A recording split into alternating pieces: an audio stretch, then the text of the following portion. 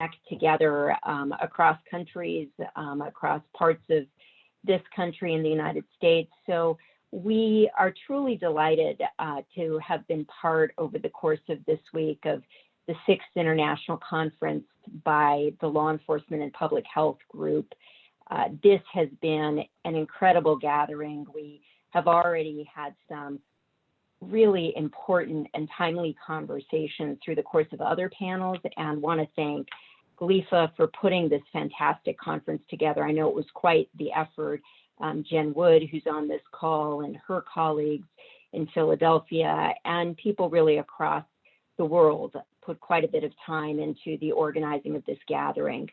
I am the executive director in the United States of Fair and Just Prosecution, and we have the opportunity as a network that works with elected state and local prosecutors across the United States to really see the best of the best, as reflected by two of the individuals that you see and that will be joining us over the course of this conversation. We're working with leaders across this country who are committed to changing paradigms, to bringing our criminal legal system to a place where it truly embraces fairness and equity and just results, where we think about how do we use compassion and the human condition to right-size our criminal legal system. And we feel very privileged over the course of that work to have crossed paths with Ted and his colleagues, who will be premiering this spring officially on PBS in the United States, an 8-part documentary series that provides an inside look into peeling back, the layers, looking behind the curtain, and seeing what this so-called reform-minded or progressive, as it's sometimes labeled, prosecutor movement has looked like, and how it's been developing and unfolding through the eyes, through the experiences of the Philadelphia District Attorney, Larry Krasner.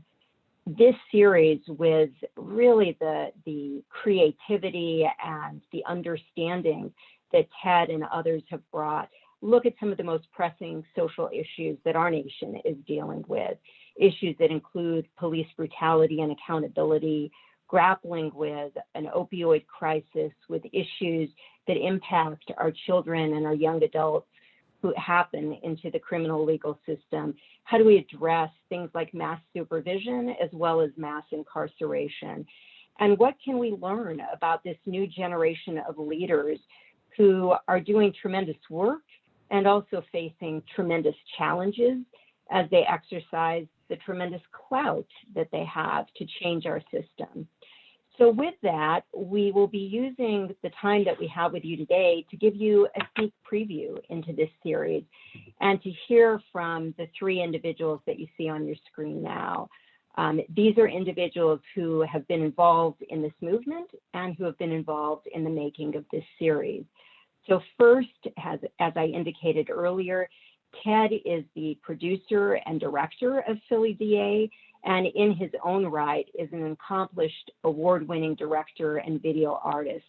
He's directed series for Netflix and Disney, is a 2016 Sundance Lab Fellow, a recipient of a host of awards, and has exhibited his award-winning short films in festivals and galleries around the U.S., as well as across the world.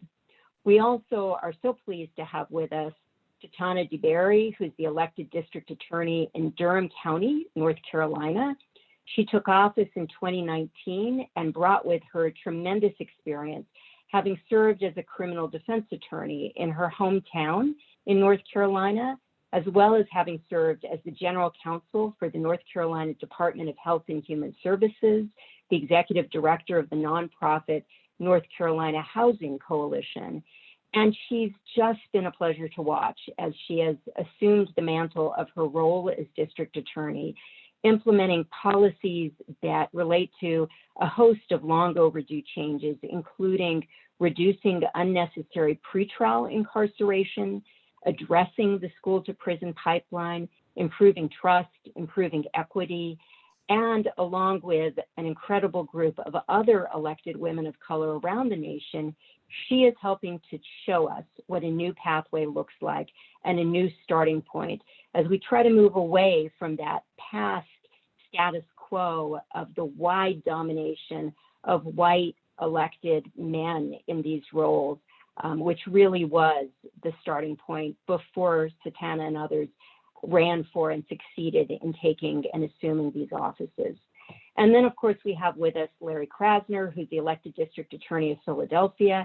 As Philly DA spotlights, he was elected in 2017 as very much the non-traditional candidate. He is also, similar to Satana, a former defense attorney. He's a former public defender.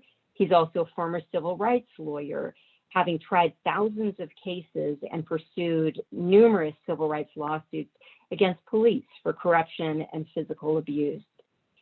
Now realize that these two individuals are not the norm for elected DAs as that has looked like and as that has been situated in past decades, but they are in many ways creating a new normal for the field as this movement of change is sweeping across our country.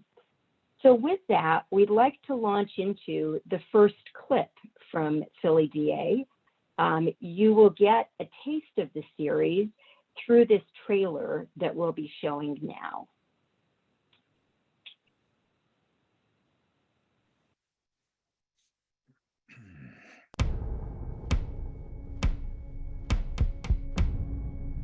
I rejected a long time ago that the only purpose of the criminal justice system is to punish. Voters in Philadelphia have chosen a progressive as their new district attorney. The most stunning upset. Sending political shockwaves across the country. I am a career civil rights lawyer, the only attorney in the history of this city to overturn 800 convictions by corrupt police officers. Krasner is a hero to some and a bum to others. He's never been pro-law enforcement. If things aren't working from the inside, you need to bring someone from the outside. What do you think he's trying to accomplish? Anarchy. At this point, there are more people of color in prison or on parole than in slavery at the end of the Civil War. Larry's bringing in criminologists, activists. Everything we do, steady fire, heavy resistance. This will be controversial. Policies that focus on rehabilitation and second chances as opposed to punishment. We're in Philadelphia and there's murders and robberies. Community service may be not appropriate. This DA's office has been too close and too cozy with the Fraternal Order of Police. How corrupt do you think the city is? Anybody who's dealt with this office knows there are secrets. We need to find out where the secrets are. You gotta be kidding me. What is it? All about police officers. There has not been prosecution of police misconduct by this DA's office for 30 years. Right now, Philly police officers think the scales are suddenly weighed down in favor of criminals. If you're too corrupt to testify in court, you're too corrupt to patrol the streets. Who was DA when there were dozens of people shot over the weekend? I was. We're tired, and we want our neighborhood back! When you try to make the right decisions, I'll live with the rest. There's a meaningless, endless cycle. A cycle of trauma, a cycle of pain. Some of the effects can be irreversible. There's no mass incarceration. That's utterly ridiculous. Not one cop is going to tell you that he's on our team. Well, I suggest you don't shoot unarmed people in the back. The DA's office is not a place a social experiment should be conducted. You don't have to destroy the system to get the results you want.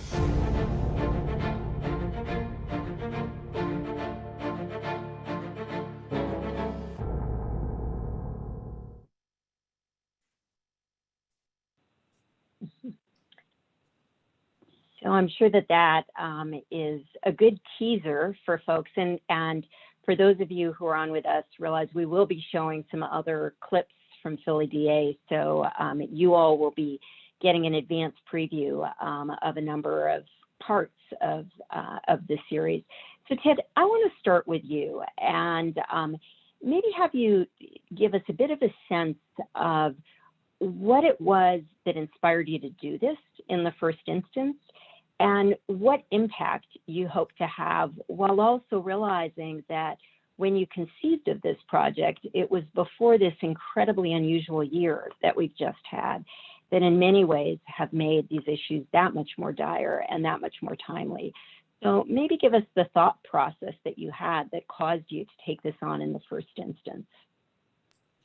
Sure. Yeah, thank you. Thank you again for having me. It's really great to be here. Yeah, so I am one of the directors and one of the producers on the project, along with Yoni Brook, who's another director producer. He's also the cinematographer. Nicole Salazar. We're the three of us are the official creators of the series. And I guess the way the whole thing started was, I had heard Larry's name for years. We had never met, but I'd heard his name for years. He had represented a lot of friends of mine who were activists. And so I just knew him by reputation. And a mutual friend had called to say that he was running for district attorney.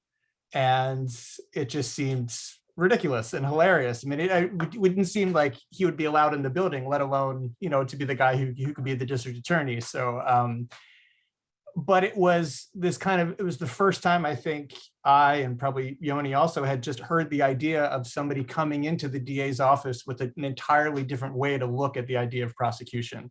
And that was really fascinating. So even if he didn't win, it seemed like, well, just this is a great conversation starter. And so we started filming during the campaign, not exactly sure what we were getting into, if this was going to be a feature, what exactly the story was going to be. And then when it became clear that he was going to win, we kind of realized like the stakes for Philadelphia just got a lot bigger and the story just got a lot bigger. And so we thought, there were I think there were two main motivations for us behind this. It was wanting to make a story that gave the average person an inside look at this often really opaque institution that is extremely powerful, and it has so much influence in people's daily lives, but we have no idea what goes on in there. We have no idea what it is. And we thought it'd be fascinating to get an inside peek into that world, but also to be in that world at a moment when it's going through an unprecedented change, and to see what happens when people from the outside come inside to an institution and try to change it. And I think there's a kind of a universal story underneath all of this of trying to create change in the world. And there's a lot of lessons from what Larry and his team kind of go through that I think can be taken universally, just in terms of thinking about change. And I think also, as we have these conversations about making change, there's a lot of stories that often really kind of glamorize the process of change and make it seem really easy and fast and romantic. And when you've been involved in these things, you know how hard it is and how grueling it is. And it's 2 steps forward, 1 step back. Everybody's fighting with each other. I mean, it's just normal. And I think to have stories that kind of shine a light on that and to show people that is how it happens and this is normal. And if you're experiencing that, it's not because you're doing something wrong. Don't burn out. This is what it is. And so, yeah. And at the end of the day, if nothing else, if we can get people to think about the person that they're putting in that seat of the district attorney, I think we've created something important. So. Yeah. And incredible objectives, and so important, kind of that taking on that opaque system and being willing to document and think about what that change process looks like. But it doesn't happen without a willing subject or victim, perhaps, depending how you think about it. And so, Larry, I think most elected leaders, when approached by someone like Ted with this concept, would have said, "Are you kidding me? Not in a million years." What made you decide that you were willing, to be trailed, to be, shadowed by, Ted and others in the camera? And what were you hoping it would achieve? So it's the worst thing I ever did in my entire, no, it actually, I think, was probably a good thing to do.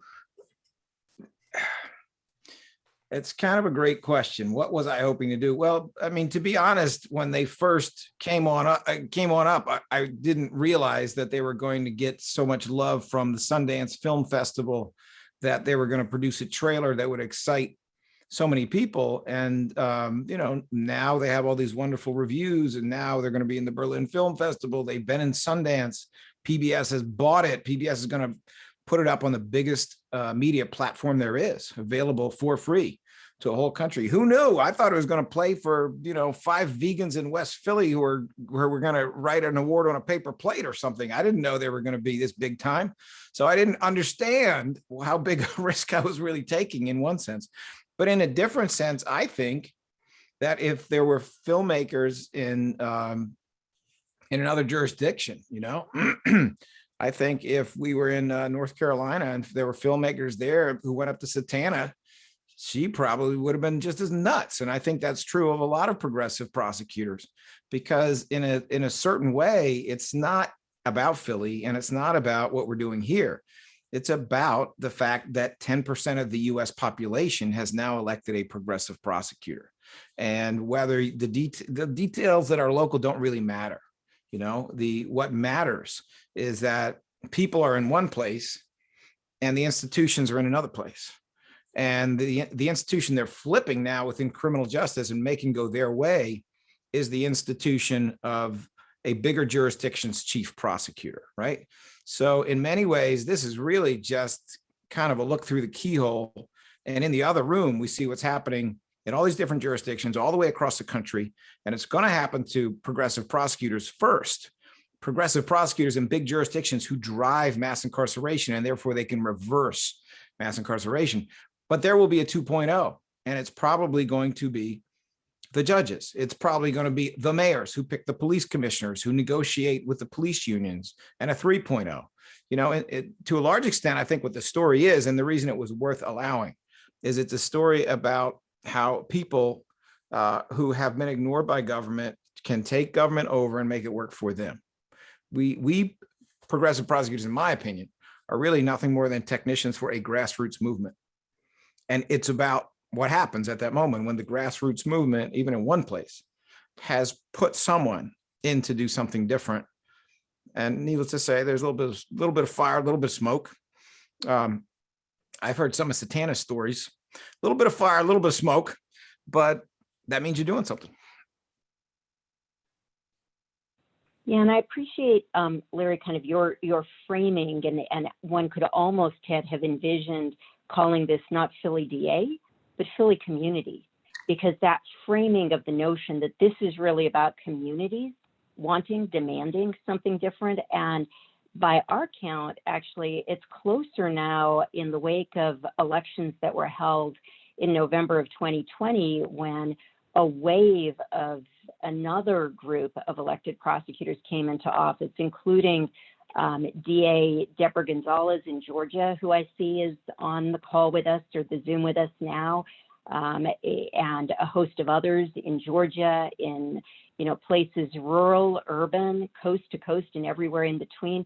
This is about communities understanding that they want something different. And Satana, I'm actually going to throw this to you and just see, was Larry correct? Would you have agreed to do something like this if asked? And if so, what is it that you hope that people who watch this will take away from the series and from the narrative?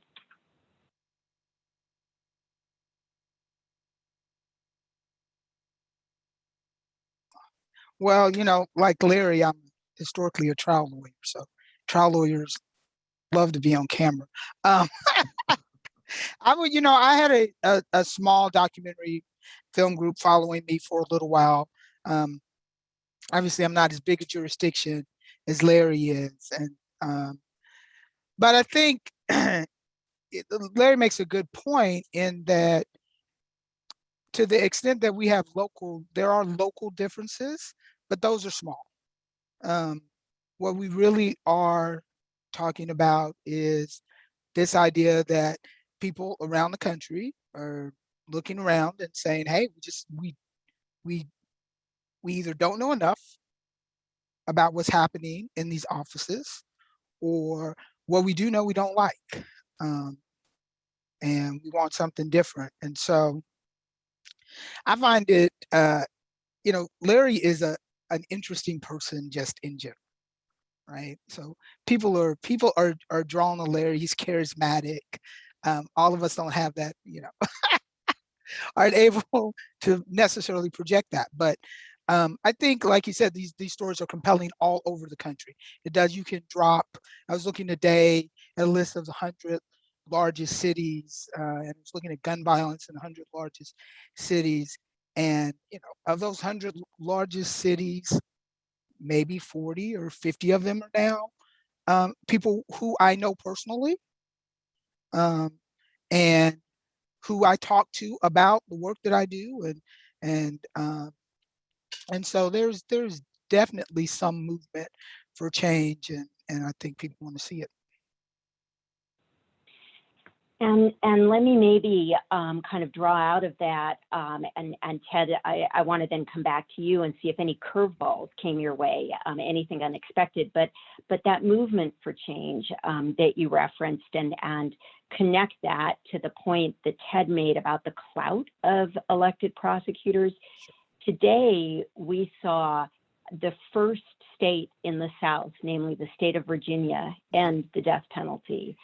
And that was thanks to, a number of things, but a significant factor was the support of elected Commonwealth's attorneys like Parissa Degani-Tafty, who's also, I see, with us on the Zoom. And so the difference that makes, the fact that there are a collection of reform-minded elected prosecutors in the state of Virginia who rallied together around the need to end the death penalty, that's huge. And that can lead to the types of changes that we saw today, where no longer will people in the state of Virginia be put to death by their government. And so, Ted, let me come back to you. And these are never linear projects. You probably know that better than anyone. Was there anything unanticipated or unexpected or curveballs, as I referenced earlier, that came your way or surprised you over the course of the project? Yeah, there was a lot. I mean, to be honest, we went in not really knowing what our story was going to be. The campaign kind of gave us a sense of what the issues were going to be, where Larry's team was going to make a big difference, and where there was going to be opposition, and what their goals really were. So we kind of knew to keep an eye out for those issues. But, there were things that we never could have planned that just exploded in front of our face. Like in the trailer, when you see that file being discovered of police officers who are not supposed to be called to testify, and this big cache of documents that had never been disclosed to defense attorneys before. I mean, we couldn't have planned that. We just happened to be there when it happened. And so being there in the beginning, it interrupted the office and it interrupted us. And so we just took a right turn and just started following that as it went. There's a later episode where a police officer is charged with murder for the first time in over 20 years in the city of Philadelphia. We couldn't have seen that coming, and that was a really big case, and that became a story that we followed in the series. So yeah, there was a lot. We were there, as Larry can attest, we would show up at the office most every day for a long time, just because it was just a lot to keep up with, and we were constantly figuring out as we were going and pivoting and changing and recalculating. So yeah, there was plenty of times where we had to just totally change on a dime, up until like last week in the edit. So like that never really stops, even as you're going, to be honest. But yeah, it was a. Yeah. And how about Larry, from your end? Anything surprise you over the course of this process? I mean, everything surprises me, but I would say one of the things I thought was really interesting was how they were trying to tell this story. One of the issues that Satana and I and our colleagues, our increasingly growing group of colleagues have, is that we are trying to explain what we're doing within a type of media that really goes back over 100 years, that has always been, what bleeds leads, that likes to cover a really terrible crime in great detail, but doesn't talk much about trends.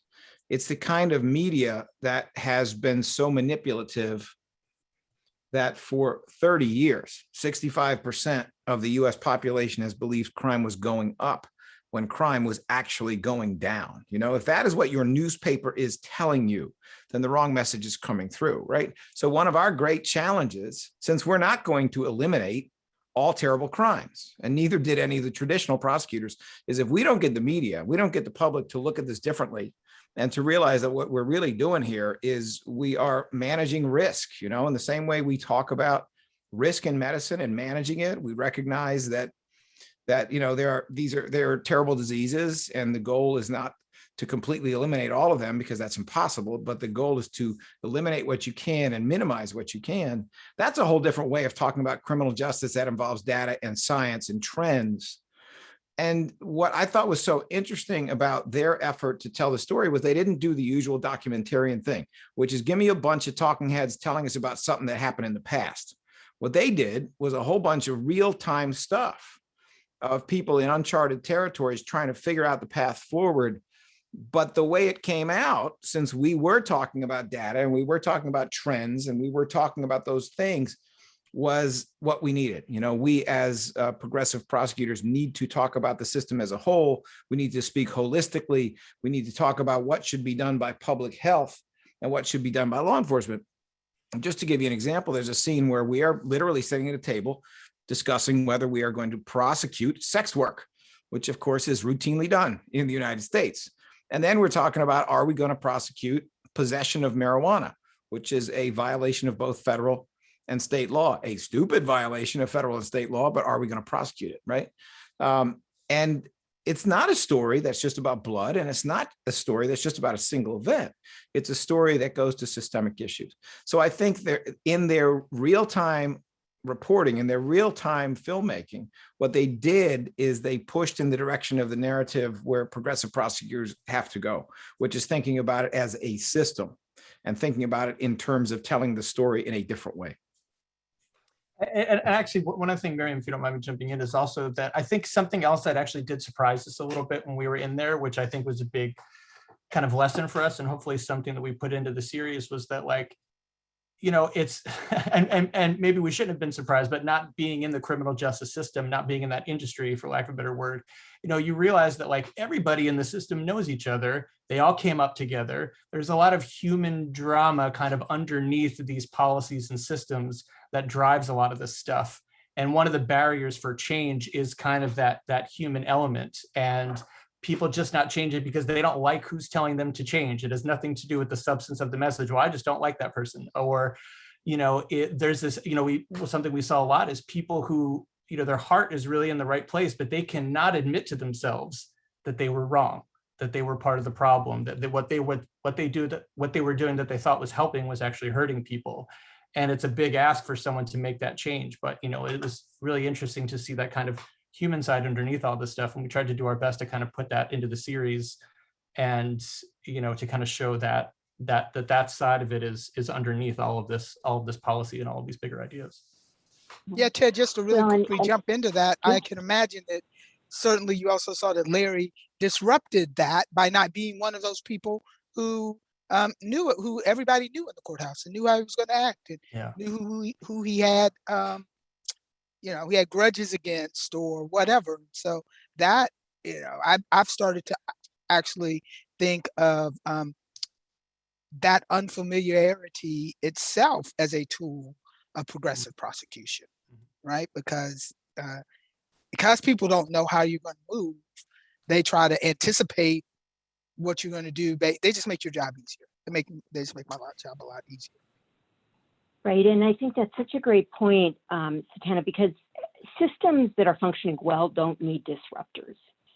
But our criminal legal system for decades has not functioned well. And so the value of those disruptors who really can both move the systemic issues and push back against both the well-intentioned resistance to change and some not so well-intentioned resistance to change. And with that, let us maybe ante up the first clip, and then I see we've got a good question in the chat. We'll weave that in as well. But the first sneak peek that we wanted to take was around the issue of cash bail. And the series did a wonderful job of lifting up the nuances and the human face of where the criminal legal system in the United States has been on this issue. So let's show that second clip now.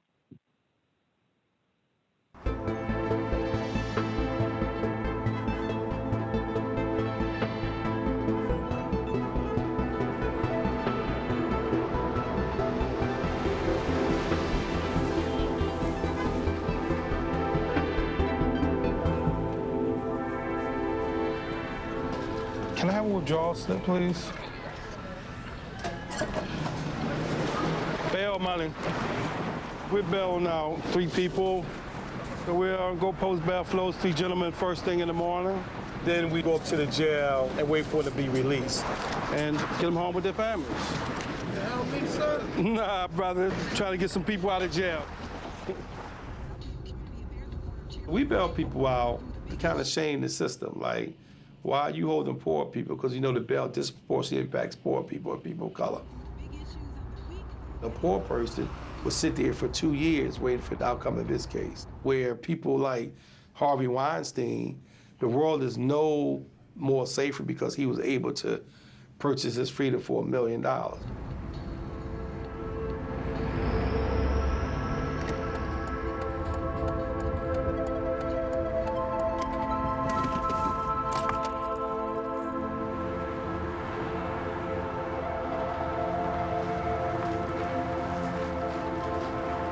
We know that just sitting in jail for as little as 5 days creates all these kind of collateral consequences. People lose their job, their homes, sometimes their children. That's them. I'm proving, man. Our organization bailed y'all out. What we gonna do, we gonna throw y'all in the van. All right, gentlemen. That's $20 on this for each of y'all. Y'all can get home. Y'all got our contact info. When you figure out what you need next that we can help you with, hit us up. Before we came out, they were saying y'all was outside waiting for us. We thought it was a joke. I didn't know what they was talking about. That was a blessing. This would be 31 days today. If this wouldn't occur, I didn't know how long I was going to sit. But I know I would have had to sit another, month again, because that was my next court date. So, I mean, that'd have been another 30 on top of the 30, and then probably another 30. And I couldn't get my bail paid, so. How much was your bail? $1,500, 10%, $160. My bail was only $500. I was sitting 8 months. How much was your bail? 12,000, 10%, 1,200, and some change. My folks ain't got it to be just throwing on bail money, and at the same time I got arrested, my mom, she was trying to help my sister gather some money together to pay her a bill she missed or whatnot, but my sister wound up still getting evicted.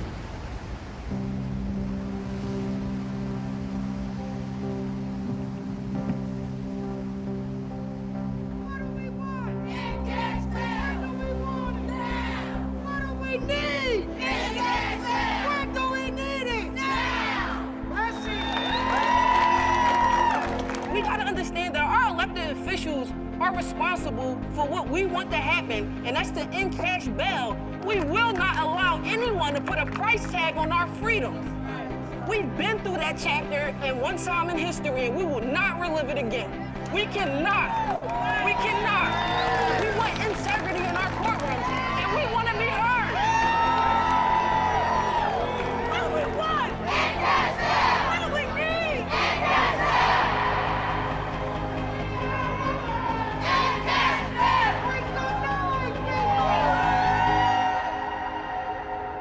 They didn't do a damn thing in this office in terms of changing these policies for 30 effing years. We were going to do a phased rollout of improvement of bail practices for right now, phase 1. Let's see what we can do around SAM, small amounts of marijuana, sex work, retail theft, and I think we can move quickly to a bail policy recommending that there be no cash bail and tell them it's coming. We're starting with a small list of mainly nonviolent, low-level offenses. So our top charge is possession with intent to deliver. Yeah, marijuana, right here. Then DUI, retail theft, simple assault. This list of 33 charges accounts for 51% of all arrests. Within the office, we can make sure we engage the old guard folks and have them be a part of the team. We take all those people who are less than 10,000 bail and turn them into releases where it's appropriate. That's a dramatic shift. Pennsylvania is not going to pass a law requiring that cash not be part of bail. That's never happening. But what we can do at the local level is that the district attorney can make recommendations because DAs have a lot of discretion. We'll have to nitpick because some things that are low bail, the public despises. One example, identity theft. And that's going to be what everybody's talking about. Everybody always talks in these terms of like what the public thinks or doesn't think. I'll tell you what the public's going to think. If they see a lot less people in jail for dumb stuff, they're going to think that's good.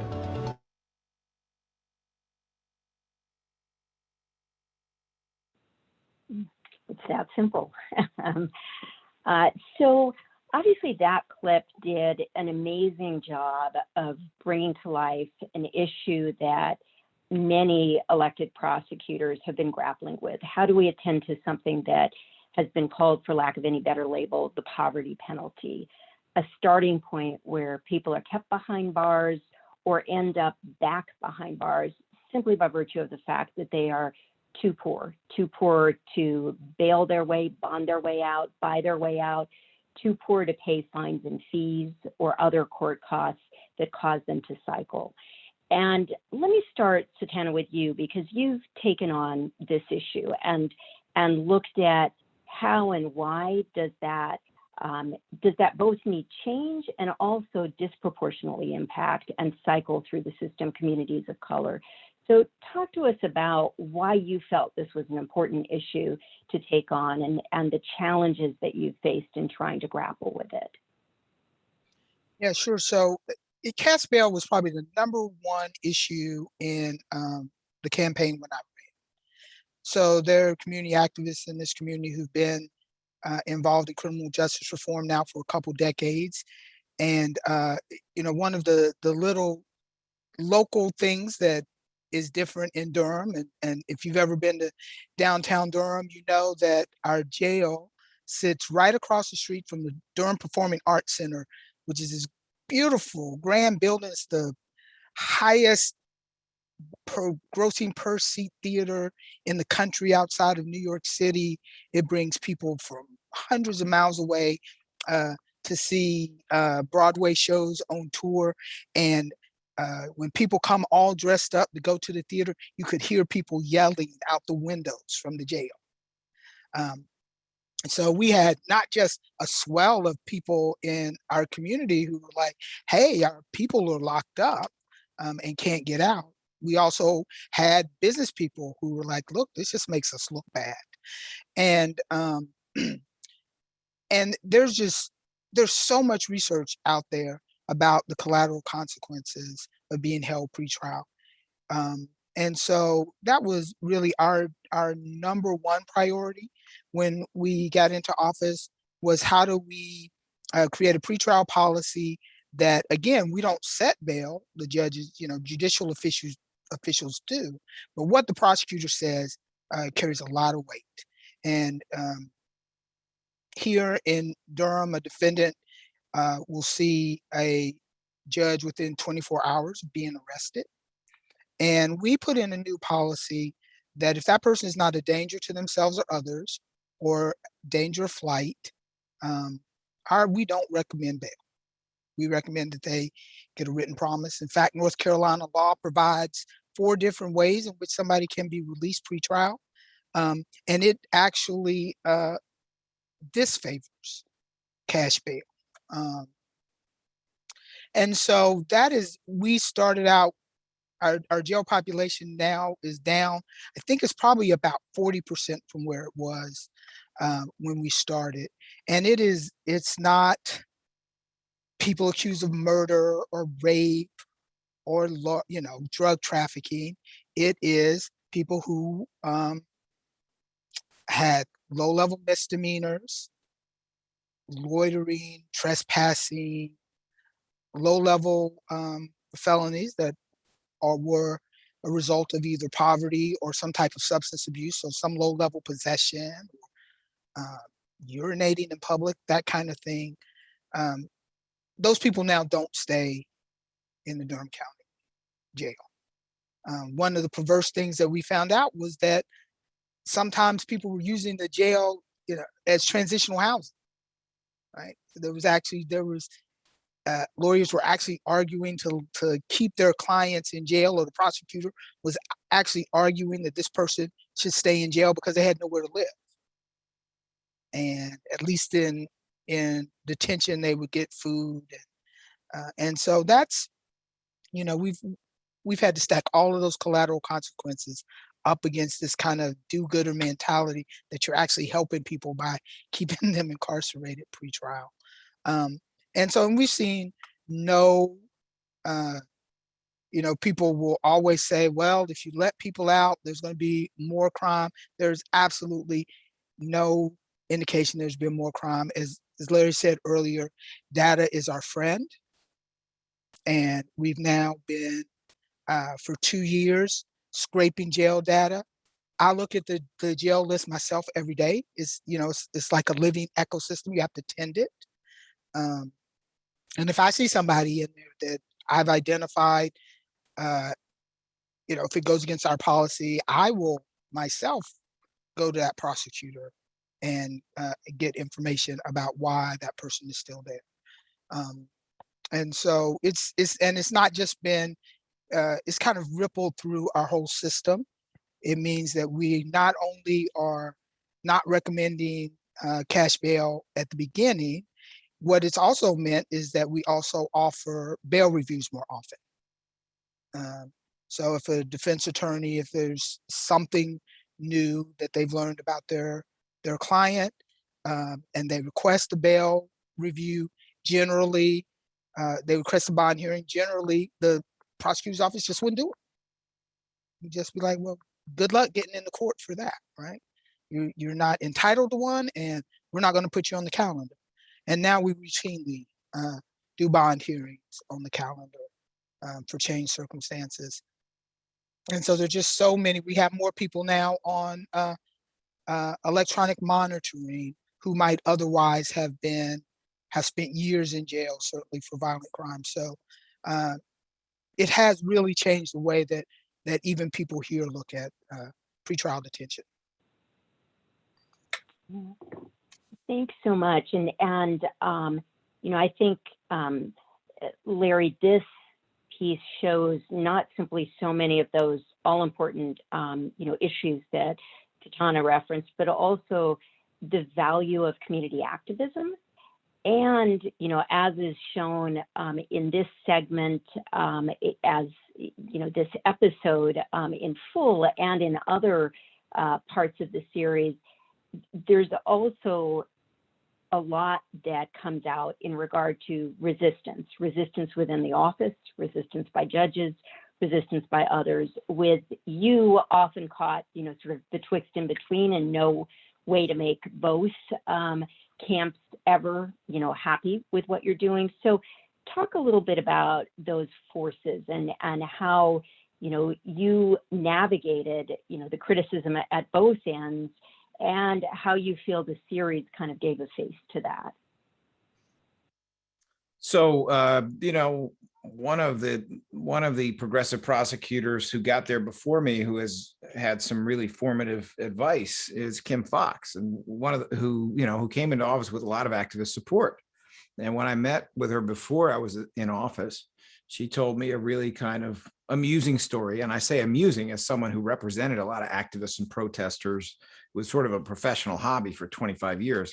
Because in Philly, if you want to change the world, they arrest you. I mean, you know, especially if you're nonviolent and smart, they arrest you. So somebody had to defend them.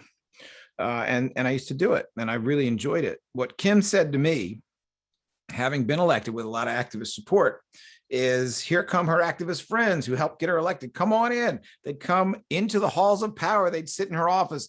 They would have a list of demands, 10 demands. She'd say yes to 7. But 3 of them, one half yes to 1, and I can't agree on 2. And they would be exactly the way they had been when they were excluded completely from all 10 things, which was, these are our demands. What are you doing? This is terrible. You're not giving us the last 2.5. Well, that is not because they're silly people or bad people. They're wonderful people. That is because when you're an activist, when you're an outsider, when you're beating your head against the outside of the building to get in, you are speaking with what is a prophetic voice, as the clergy like to say. You are speaking with a voice that is aspirational and is looking to where we hope to be at some point. And when you're in the really odd position where Satana is and Kim is and where I am sometimes, where you're trying to make enormous change, but you know that it's not all going to change today, and you have human lives in your hands, human lives of victims, of survivors, of defendants, and of all of those kids in public school who have nothing to do with this case, but whose lives are going to be profoundly affected by how much money you're spending on a carceral system. When you have all of that stuff going on, no, you can't just make everybody else in the system all of a sudden turn on a dime and give them all 10 of the demands, even if they're right about every single one, right? So I think it can be funny for somebody like Kim or someone like me or someone like Satana, who's had this kind of community support and endorsement, who they get you elected, and then they would like it all done right now. Thank you very much. And all done in sometimes what feels like a very absolute way, right? We want to end cash bail all the time for everybody. No one should ever be held in custody pre-trial. Well, that's not actually what a no cash bail system is. A no cash bail system is what we have in Washington, D.C., where for 30 years, there was no money involved. And 88% of the defendants got out, but the other 12% sat in before trial because they were Ted Bundy, or they were Charles Manson, or they were someone who was accused of stranger rape all over town in bus stops. And the truth is, with very, very few exceptions, even very progressive DAs are pragmatic enough, and most people in the community are pragmatic enough to say, no, Mr. Bundy does not get to go home before trial, right? So I think there's a real difference between the prophetic voice, which is incredibly important, it moves us forward, and the voice of the person who has to make the decision right now today about the 120 people who will be arrested today, and who's trying to advance things, but trying to advance things in a way so that, so we can get the car all the way around the track instead of flying off the turn, because we got to have gas and we also got to have a brake if we're going to get around that turn. So the next clip we want to show raises a lot of those very same issues. How do we navigate all of those often conflicting forces that you all encounter? This one deals with another issue that has been very much front and center among elected prosecutors trying to bring about change, namely what's sometimes called community supervision, or how do we think about limiting and more reasonably looking at when and if to violate individuals for conditions of probation and parole. So let's show this next clip. I know how I feel. I've been in and out of the system all my life. In 2012, I was found guilty on 3 misdemeanor charges. I was sentenced to 1.5 to 5 years. That meant that I spent a minimum of 1.5 years in jail before I was paroled to serve the rest of my sentence on the street with supervision. I served 3 years on parole successfully. I did very well. Parole helped me get on my feet. And now I'm due to start almost a decade of probation. I don't know what it's gonna be like. I'm nervous. And that's hard to live life like this. Always being looked at your worst and not really at your best. Can't really move forward. Once you get convicted, you already have that scar to letter F, that you're a felon, you're gonna fail. And that's not what motivates people to wanna change.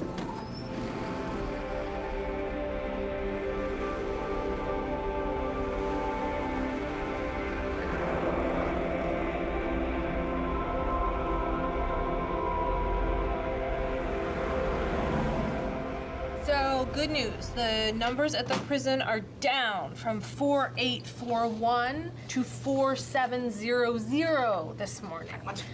A round number? I don't believe it. How does this number compare historically? When is the last time Philadelphia had 4,700 people in county custody? Does anybody know? That was the first time since 1995 or 6. Okay, well, that's great. Does anybody think that there's another policy that's sort of timely? More than a third of the people that we have in local custody are there because they are alleged to have violated their probation. And not very many of them are gonna pose a threat to public safety. I mean, you know, we're talking about people who are being thrown in jail for using marijuana. We're talking about people who are being thrown in jail because they get picked up on a prostitution arrest and this office doesn't charge, but then probation finds out about them and then they drop a detainer. Their behavior, I mean, it's problematic, but a lot of them don't belong in jail. This is a way to bring down the jail population in a sustained way. What are you planning on shaking up next? Well, what am I planning to take back to a position of balance next? Let me see. There's so many people who go to jail for violations of probation and parole that don't involve a new conviction.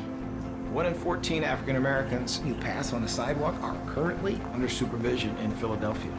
And that's just ridiculous. Science shows that the first couple of years of supervision, they're worth it. But after that, in most cases, it's actually making things worse. And then you start to see failures that are caused by the process. If that's how we're putting people back in jail, then we are causing failure. Pennsylvania is the second most supervised state in the United States today.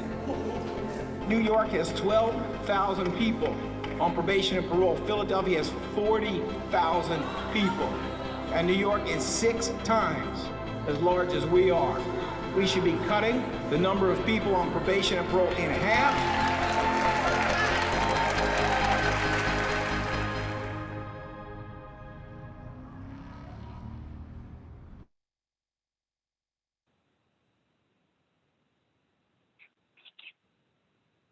So, Ted, that clip so beautifully summarized and brought to life and humanized the failure of what has been labeled mass supervision, the startling statistics around the fact that, as we know, 1 in every 4 people who come into our prisons are coming in because of a technical violation of probation or parole, meaning they failed to show up for an appointment, or they used marijuana and because of that, they tested positive for use of cannabis.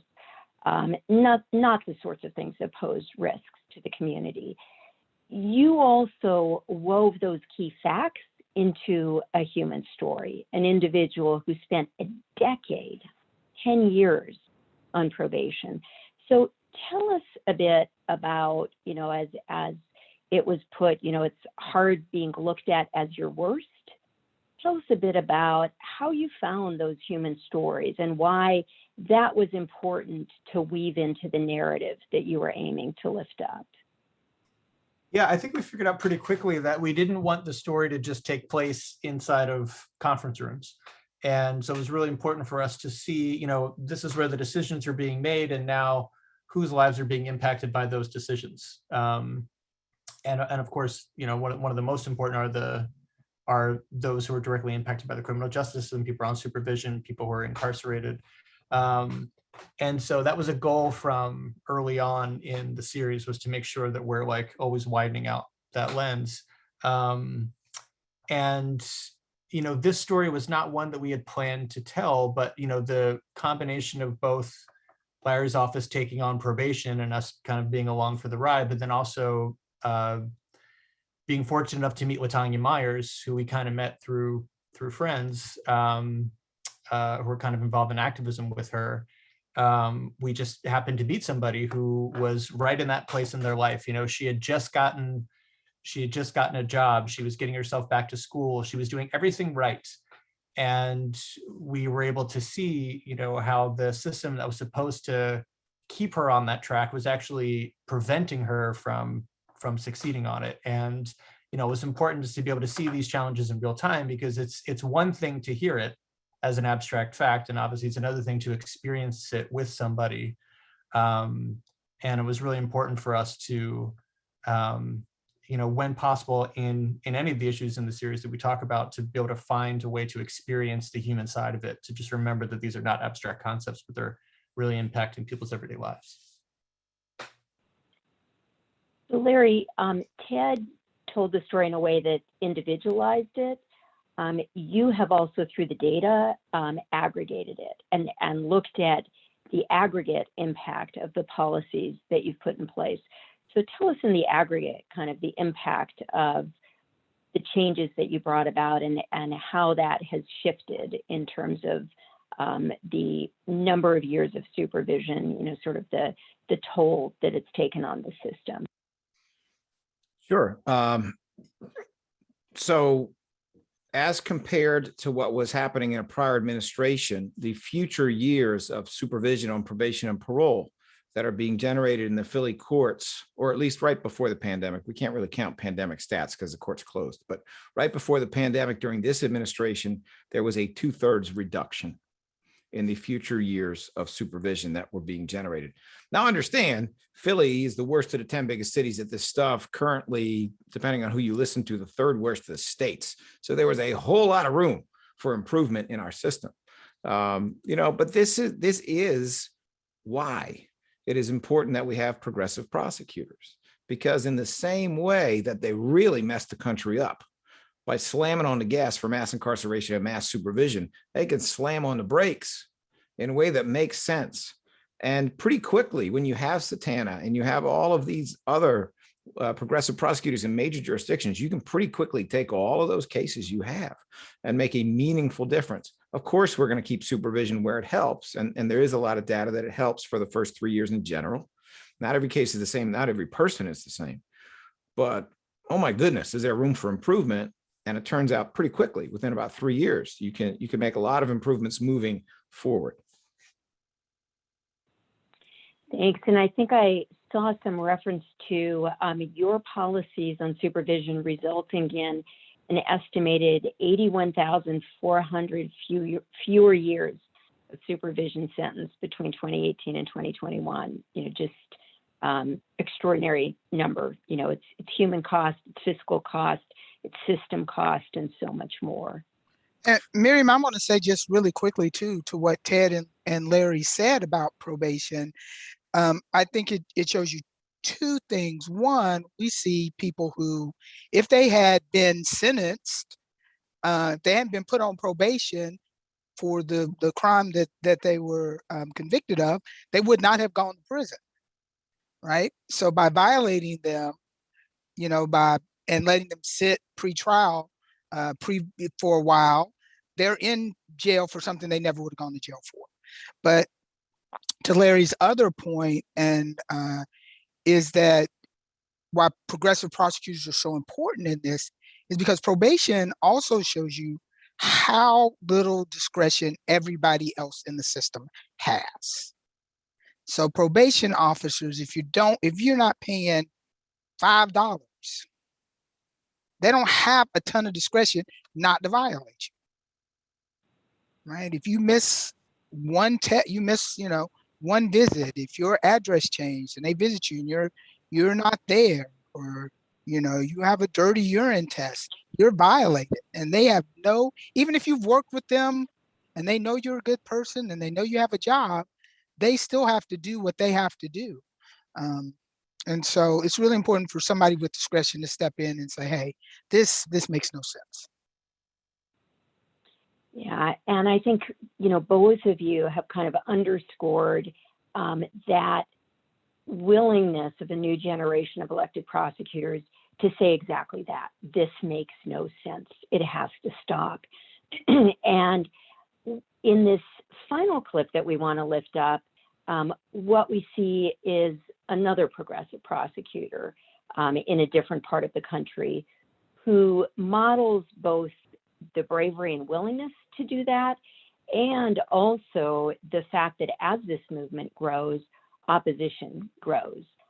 The more success that the two of you and others who are following in your footsteps have, the more those who want to maintain the status quo, who are wedded to the status quo, at times who even have a fiscal interest in the status quo, are going to push back. So let's take a look at this last clip where we hear about another reform-minded prosecutor and her experiences after she refused to any longer seek the death penalty. Krasner, from his campaign to date, has stated his moral and personal obligation never to seek the death penalty. I am basically going to parallel this to a situation in Florida. Do you know the name Aramis Ayala?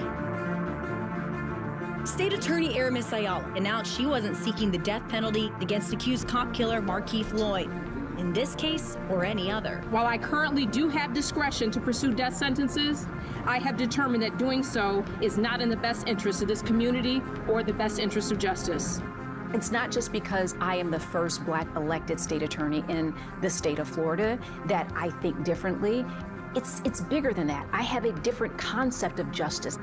We have seen that the use of discretion historically was never a problem. But when the face of the prosecutor changed, now discretion has gone too far. Ayala received backlash from lawmakers and law enforcement. Governor Scott removed her from nearly 24 death penalty cases.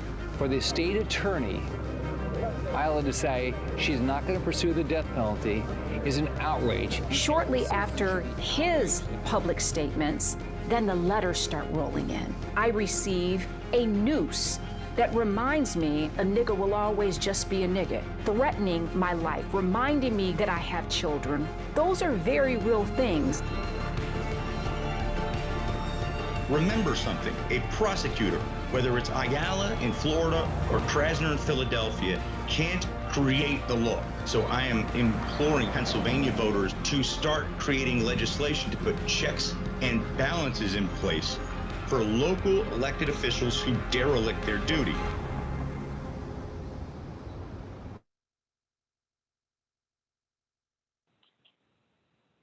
So I want to focus, Satana, with you, not on the substantive issue this time, but rather kind of hover over those words from Aramis Ayala when she said, when the face of the prosecutor changes.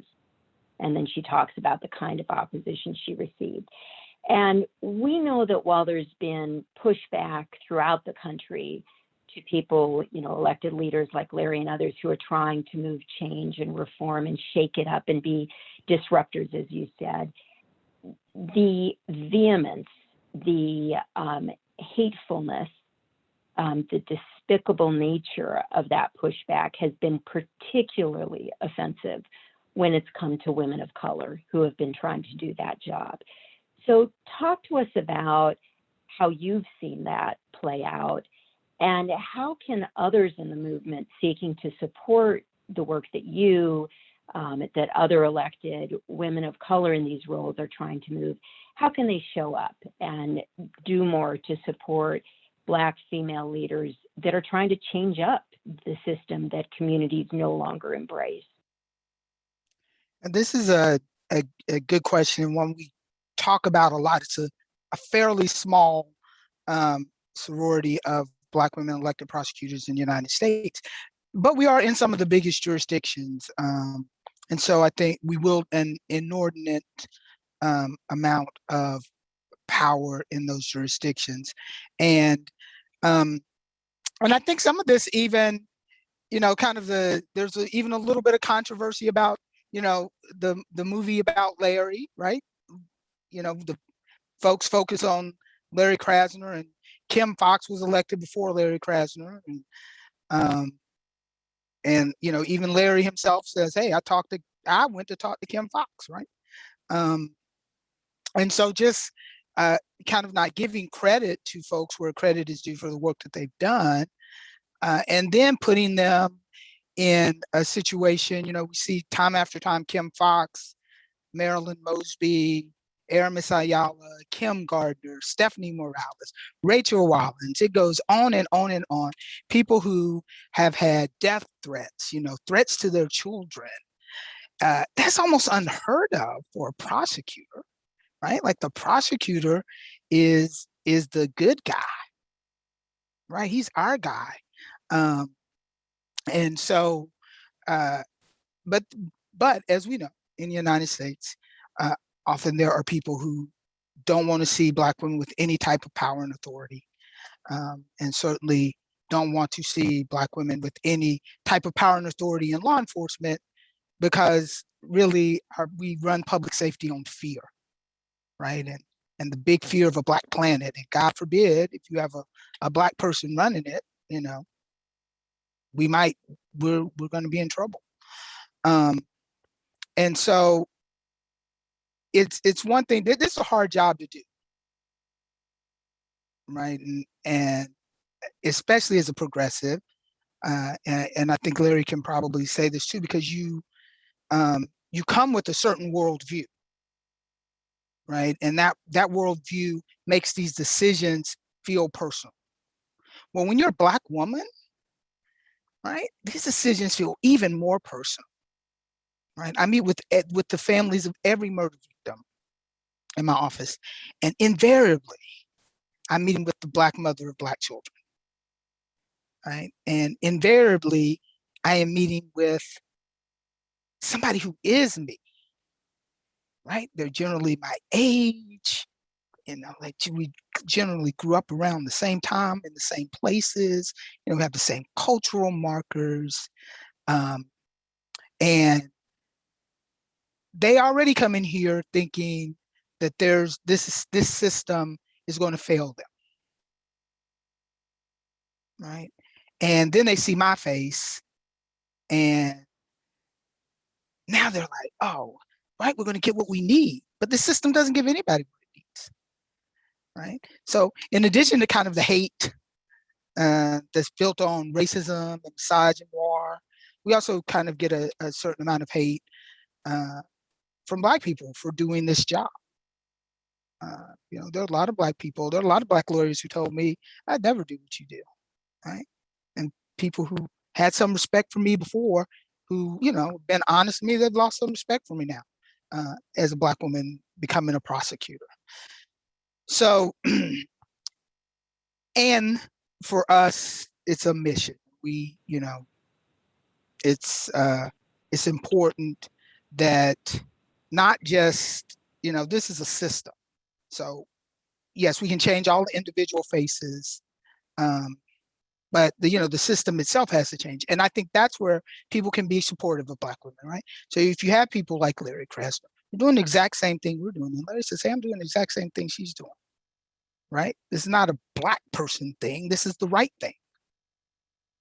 That goes a long way, because we still live in a culture where if a white man puts a stamp on it, it's okay. And so, I think people can be allies. People can always, support people when they're running, and just give us opportunities to be in the forefront of this work as well. Yeah, no, thank you, and so well put. I want to maybe think about that reference you made to the system doesn't give anyone what it wants or what it needs. What doesn't give anyone what they need. And so I think in some ways that raises the question, and Larry, maybe I'll ask you about it, and then Ted, I might throw a version of this over to you as well. Given that, what does the next horizon look like? Where does this movement need to go? And how do we find ourselves in a place where we don't have a failed system that is simply locking people away for years on end, largely Black and brown people, and not giving anyone what they need? Well, I mean, I think first of all, we need to recognize it for what it is. It's not the story. Look, many of my colleagues are fascinating people, but it's not our story. It's a story of a grassroots movement that is not only changing criminal justice, but it's actually, to some extent, changing democracy. It is proving that people who never considered running for office and never did what the political pundits said you had to do are not only electable, we're actually more electable than the Republican Party or the Democratic Party. And I'm not just saying that to be frivolous. If you look at the last election cycle, of the approximately, maybe you'll correct me, Miriam, but there were about 28 progressive candidates who ran for chief prosecutor, including for the largest jurisdiction in the United States. And only 4 of them lost. Neither political party can say that.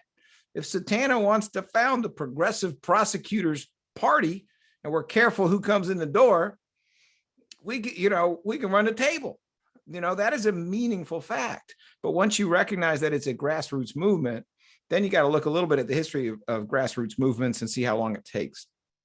And, my teeny tiny little bit of study to defend those movements indicated a lot of times it's 30 years before they win a giant battle. And then, of course, you're going to zig and zag, as justice always does, sometimes in the wrong direction for a while before you win another incredibly important battle, whatever it may be. This is going to take a while. It is actually going very quickly, in my opinion. When you go to 10% of the US population in big jurisdictions that can hit the brakes on mass incarceration in this period of time, looking back at Michelle Alexander's book, New Jim Crow, as the start. We'll just call that the start. Obviously, people have been working on this for centuries, but call that the start.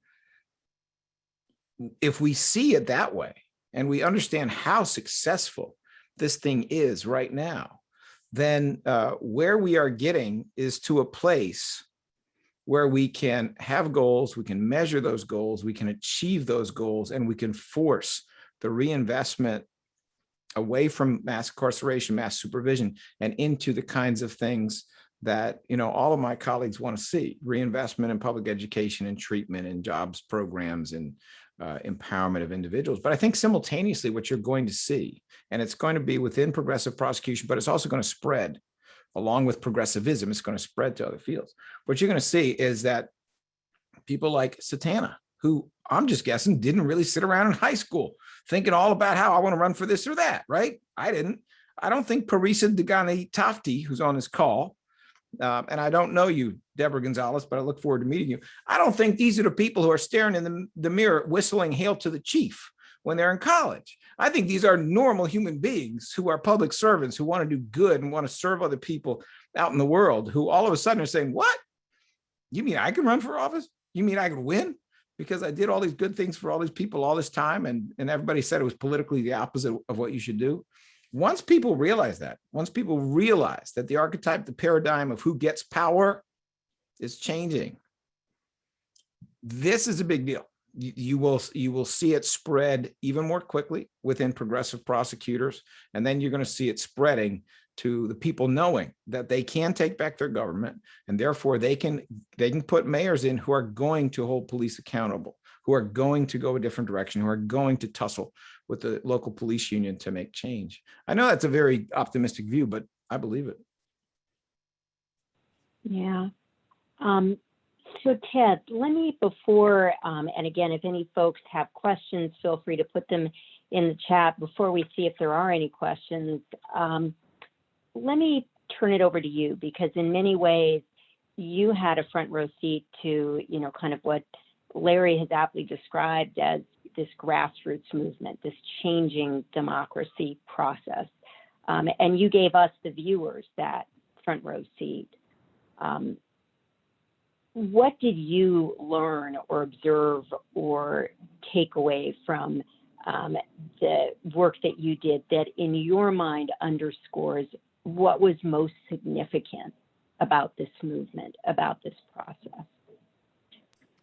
I think one of the biggest things that I think was the takeaway for me and for us, I mean, as media makers, as storytellers, one of the things that I think observed about the job of the progressive DA is that one of the things you're doing in the campaign, and one of the things you're doing every day thereafter when you're elected, is talking about the narrative about criminal justice reform, because and it's something that you constantly have to do battle over, that you constantly have to remind people of, that you constantly have to educate people on, about how the narrative that seems common sense about more police, more money towards law enforcement will make us safer, has not made us safer. And I think people know that experientially on some level, but there's when you're dealing with, it's a difficult story in some ways when you're dealing with like data and numbers, and you're like, look, we can show that this is not working. And on some level that this is not working, but when you're also going up against a narrative of fear and people's personal safety, what they see around them, it's a real challenge. And so I think in some ways, as storytellers, I think it's important for us to keep telling stories about this reality and to shine a light on this actual human state of affairs and, you know, the goal and the vision that the progressive prosecutors are pushing to get towards this new, because if we can reframe the conversation, that changes everything, you know, that turns the valves for people to start making change, for people to start taking action. You know, I mean, I think one of the biggest lessons we learned as kind of civilians to the criminal justice system is just how much money is wasted in the criminal justice system and how much more effective it would be, elsewhere. You know, and it's really fascinating for, I think, for us to see also too, how the things that Larry and other progressive prosecutors were saying when we were starting this project that were seemed so fringe and so, you know, to the side now has become the part of this mainstream conversation called defund the police. You know, it's got a different slogan, but it's really the same idea. And it's interesting to see that idea become more mainstream. But I think, you know, as we continue to tell stories and shine the light on more people and more stories around the country, we can open people up to that narrative. And then I think, you know, lastly, you know, something else I hope this series does, and hopefully more stories around here too, is, you know, what Larry was saying about, you know, people who are not planning on being politicians just threw themselves into the role. And I know that, you know, Larry even said in the beginning, we were starting this project, and one of the reasons that he, you know, was thinking that he would participate was because he was hoping that people would get a chance to see somebody who had never done the job, figuring out the job, and get a sense of what it was like to hopefully demystify the role of the district attorney and to create a situation where, in a story where people can imagine themselves doing that. And I think watching it, you kind of get a sense of what the human side is, and it becomes less abstract, and it becomes more attainable, hopefully, for people to imagine putting themselves in that seat. Yeah. And let me maybe throw that same question to Tana and Larry back to both of you as well. What do each of you hope that folks will end up taking away from this series? Let me start, Tana, with. Yeah, I hope that people take away from this series that they actually agree with Larry, right? That they have some skepticism about their government restricting the rights and liberties of its people. And, you know, to Ted's point, like, this is not even a partisan issue to me. Like, this just makes sense, right? There are not a ton of Republican votes in my county, but the ones that are there, a lot of them voted for me because they understood this. You know, if you're a small government person, you don't want all of this bureaucracy and all of this money going to locking people up, right? You'd rather keep it in your pocket. And if you're on the other end of the spectrum, you find that inhumane. And so I hope that people say, well, daggone it, this is always the way I've thought about it. And so, you know, maybe we can do that here too.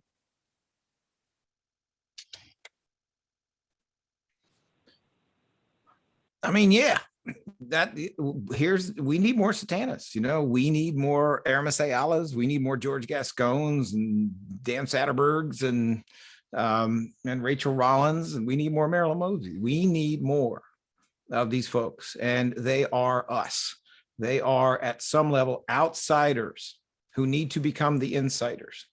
And we need to encourage people to imagine that. We need to encourage them, whether they're ready to do it now, or maybe they're just coming out of law school and it's something they might do in 15 years.